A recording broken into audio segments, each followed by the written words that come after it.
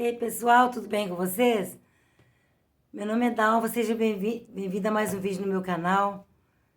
O nome do meu canal, Salvação Eu Quero. Vamos continuar a nossa leitura da Bíblia. Hoje nós vamos ler no Evangelho de Mateus, capítulo 12.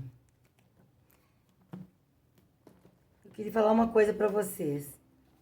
Às vezes você tem na sua casa uma pessoa mais velha, às vezes uma pessoa acamada, né, que não tem facilidade de ler a Bíblia. Coloque para essa pessoa ouvir. A Bíblia fala que a fé vem pelo ouvir. Ligue na sua casa. Nós estamos lendo o Evangelho de Mateus, nós vamos ler o Novo Testamento todo. Então eu te falo isso. Coloque para alguém ouvir. Às vezes tem alguma pessoa de cama, está doente, né? Não ajeita a ler sozinho. Coloque o celular perto ou coloque na televisão, Smart TV. Pegue YouTube. Coloque para essa pessoa ouvir, porque é muito importante. A palavra de Deus cura. A palavra de Deus liberta. A palavra de Deus salva, que é o principal. Faça isso em nome de Jesus. Que é tão bom uma pessoa conhecer a palavra de Deus, entender. Vamos ler hoje o capítulo 12. O título é Jesus é Senhor do Sábado. Por aquele tempo, em dia de sábado, passou Jesus pelas searas. Passou Jesus pelas searas. Ora, estando os seus discípulos com fome, entraram a colher espigas e a comer. Os fariseus, porém, vendo isso, disseram-lhe: Eis que os seus discípulos fazem o que não é lícito fazer em dia de sábado.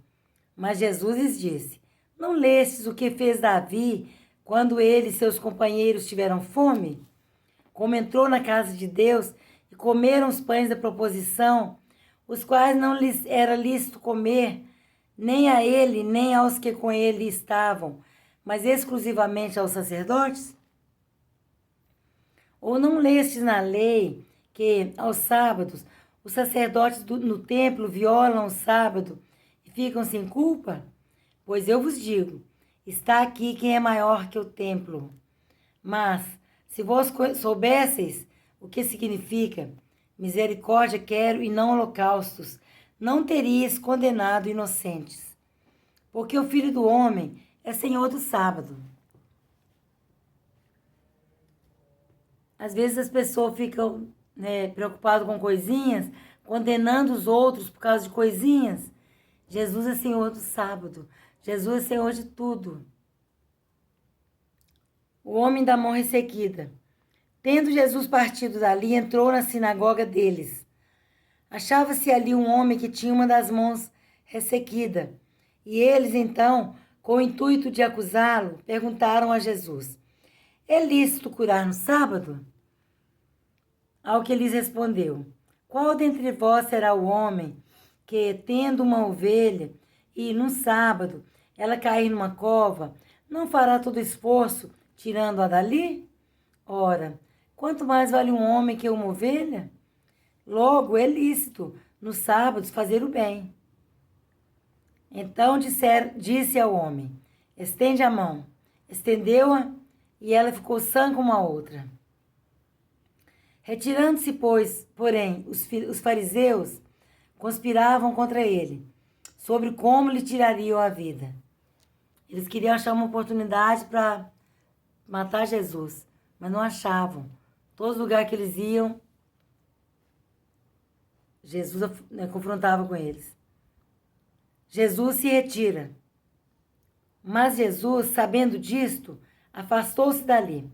Muitos o seguiram e a todos ele curou, advertindo-lhes, porém, que o não expusessem à publicidade, para se cumprir o que foi dito por intermédio do profeta Isaías: Eis aqui o meu servo, que escolhi, o meu amado, em quem a minha alma se compraz. Farei repousar sobre ele o meu espírito, e ele anunciará juízo aos gentios. Não contenderá, nem gritará, nem alguém ouvirá nas praças a sua voz. Não esmagará a cana quebrada, nem apagará a torcida que fumega. até que faça vencedor o juízo. E no seu nome esperarão os gentios. A cura de um endemoniado, cego e mudo. A blasfêmia dos fariseus, Jesus se defende. Versículo 22 do capítulo 12. Então lhe trouxeram um endemoniado, cego e mudo, e ele o curou, passando o mudo a falar e a ver. E toda a multidão se admirava e dizia: é este, porventura, o filho de Davi? Mas os fariseus, ouvindo isto, murmuravam: este não expele demônios, senão pelo poder de Beelzebu, maioral dos demônios.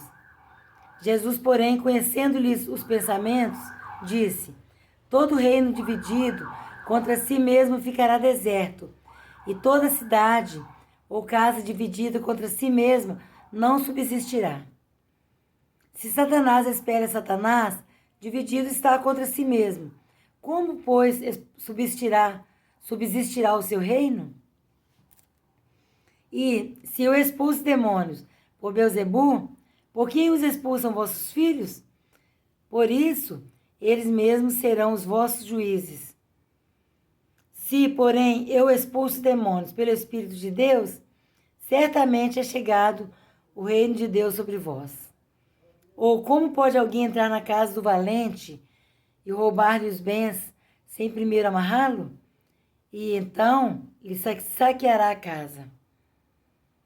Quem não é por mim é contra mim, e quem comigo não ajunta, espalha. Por isso vos declaro: todo pecado e blasfêmia serão perdoados aos homens, mas a blasfêmia contra o Espírito não será perdoada. Se alguém proferir alguma palavra contra o Filho do Homem, ser-lhe-á isso perdoado, ou seja, contra Jesus. Mas se alguém falar contra o Espírito Santo, não lhe será isso perdoado, nem neste mundo, nem no porvir. A Bíblia fala isso é porque o Espírito Santo é que convence o homem do pecado, da justiça e do juízo. E se a pessoa blasfemar contra o Espírito Santo, aí o Espírito Santo, o Espírito Santo não vai trabalhar na vida dessa pessoa. Não vai convencê-lo do pecado, da justiça e do juízo. É o Espírito Santo que nos leva a Cristo. Árvores e seus frutos. Ou fazei a árvore boa e o seu fruto bom, ou a árvore má e o seu fruto mau. Porque pelo fruto se conhece a árvore. Raça de víboras, como podeis falar coisas boas sendo maus? Porque a boca fala do que está cheio o coração. O homem bom tira do tesouro bom coisas boas, mas o homem mau, do mau tesouro, tira coisas más. Digo-vos que de toda palavra frívola que proferirem os homens, dela darão conta no dia do juízo. Porque pelas tuas palavras serás justificado, e pelas tuas palavras serás condenado. O sinal de Jonas, versículo 38. Então, alguns escribas e fariseus replicaram: Mestre, queremos ver de tua parte algum sinal. Ele, porém, respondeu: uma geração má e adúltera pede um sinal. Mas nenhum sinal lhe será dado, senão o do profeta Jonas. Porque assim como esteve Jonas 3 dias e 3 noites no ventre do grande peixe, assim o Filho do Homem estará 3 dias e 3 noites no coração da terra. Ninivitas se levantarão no juízo com esta geração e a condenarão, porque se arrependeram com a pregação de Jonas. E eis aqui está quem é maior do que Jonas. A rainha do sul se levantará no juízo com esta geração e a condenará, porque veio dos confins da terra para ouvir a sabedoria de Salomão. E eis aqui está quem é maior do que Salomão. A estratégia de Satanás. Quando o espírito imundo sai do homem, anda por lugares áridos, procurando repouso, porém não encontra. Por isso diz: voltarei para minha casa de onde saí. E tendo voltado, a encontra vazia, varrida e ornamentada. Então vai e leva consigo outros 7 espíritos, piores do que ele, e entrando habitam ali. E o último estado daquele homem torna-se pior do que o primeiro. Assim também acontecerá a essa geração perversa. Isso está explicando, esse capítulo fala muito sobre, né, uma pessoa, estava falando sobre uma pessoa endemoniada, que era surdo, era mudo, e quando expulsou o demônio, a pessoa falou. Então, a Bíblia explica muito que quando a gente expulsa o demônio de alguém, a pessoa deve ouvir o Evangelho, deve aceitar Jesus. Porque no nosso coração tem um morador. Ou seja, no nosso coração, na nossa mente. Não no nosso coração músculo, mas na nossa mente, na nossa alma, no nosso atendimento. No nosso entendimento. Tem um morador. Ou se não for Deus, pode ter certeza que o diabo mora. Não porque a pessoa queira, porque ele é ladrão. Ele entra sem ser chamado. Mas Jesus só entra se você convidar. Se você abrir o coração e aceitar. Convidar Jesus, entra na minha vida, faça morada. Eu quero te aceitar. Mora no meu coração a partir de hoje, na minha vida, na minha mente. E faça de mim uma nova criatura. Eu quero viver em novidade de vida.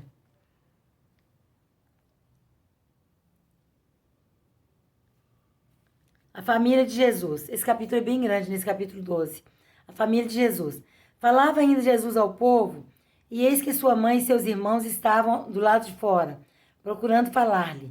E alguém lhe disse: tua mãe e teus irmãos estão lá fora e querem falar-te. Porém ele respondeu ao que lhe trouxeram o aviso: quem é minha mãe? E quem são meus irmãos? E, estendendo a mão para os discípulos, disse: eis minha mãe e meus irmãos, porque qualquer que fizer a vontade de meu Pai celeste, esse é meu irmão, irmã e mãe. Então, muitas pessoas pensam que Jesus não teve irmãos, mas ele teve sim, porque Jesus foi o primogênito de Maria, mas ele não foi gerado por homem, ele foi concebido pelo Espírito Santo.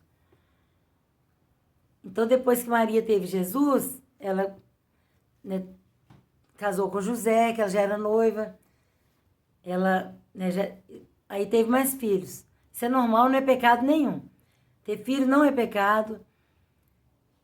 Né? A pessoa é casado, né, juntou para formar uma família, casou.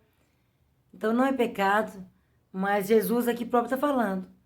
E as pessoas fizeram um recado: Jesus, a sua mãe e seus irmãos querem falar-te. E ele falou assim: quem é minha mãe? E quem são meus irmãos? E estendendo a mão, né, a mão para os seus discípulos, disse: eis aí minha mãe e meus irmãos. Porque todo aquele que faz a vontade do meu Pai, esse são minha família. São meus irmãos e minha mãe. É só para a pessoa aprender, né? Porque a gente aprende muito errado. Né? Às vezes na religião, a gente aprende que Maria é virgem, continua sendo virgem. Não é problema nenhum. Maria teve Jesus por obra do Espírito Santo. Depois ela, né, estava casada com José e teve mais filhos. Não é pecado, isso é bênção de Deus. Família é bênção de Deus. E a Bíblia inteira não fala que é pecado. Né, que não é pecado ter filhos. A pessoa vai para o céu. Para ir para o céu, tem que confessar Jesus Cristo como Salvador. Não é ser virgem, ser sem pecado nenhum que vai para o céu, não. O que vai para o céu é o pecador arrependido. Porque todos pecaram. A Bíblia fala que todos pecaram e estão destituídos da glória de Deus. A oração para ser salvo é essa. Você fala: Senhor Jesus, eu te confesso agora, como único Senhor e Salvador da minha vida. Peço ao Senhor que perdoe os meus pecados e escreva o meu nome no livro da vida.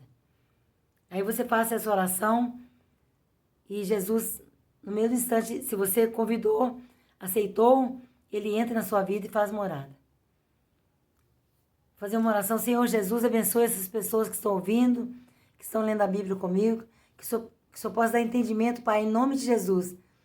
E essa pessoa que fez essa confissão de fé, que aceitou o Senhor, que o Senhor escreva o nome dela no livro da vida, Pai. Perdoe os pecados, Pai, quebra toda maldição, cura, Senhor, liberta e faça dessa pessoa a partir de hoje uma nova criatura para a glória do Teu nome. Porque a Tua palavra diz que aquele que está em Cristo, nova criatura é. As coisas velhas são passadas. Eis que tudo se fez novo. Deus que abençoe vocês. Fiquem com Deus. E que a paz seja com todos em nome de Jesus. Amém.